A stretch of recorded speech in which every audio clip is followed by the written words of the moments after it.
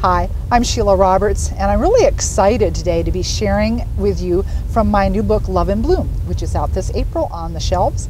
And it's got a bit of a gardening theme. I have some gardening tips in there, which is a joke because I have, like, count them, 2 black thumbs.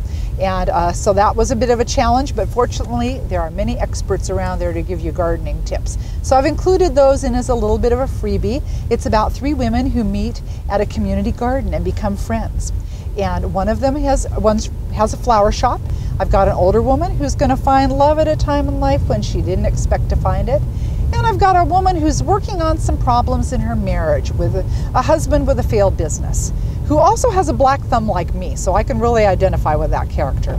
And I'd like to read you just a little excerpt where you can meet one of my main characters, Hope Walker, in her flower shop, doing what she does best, coming up with flowers that will say exactly what really needs to be said. So let me just read you a little bit from that.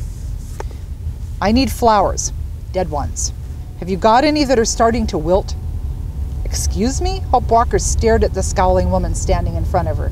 She looked like she could scorch a pansy at 20 paces. This was a new one for changing season's floral. Was this some sort of April Fool's Day joke? Had she just been punked? I want to send flowers to my dog, the woman explained. Hope took in the woman's dark hair and angry eyes and thought, Cruella de Vil. Hope frowned and ran a hand through her hair. All those curls, still hard to get used to. Excuse me?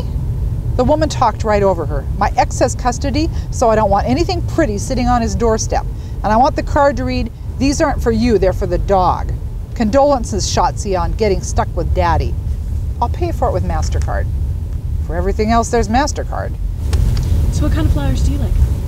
Expensive ones.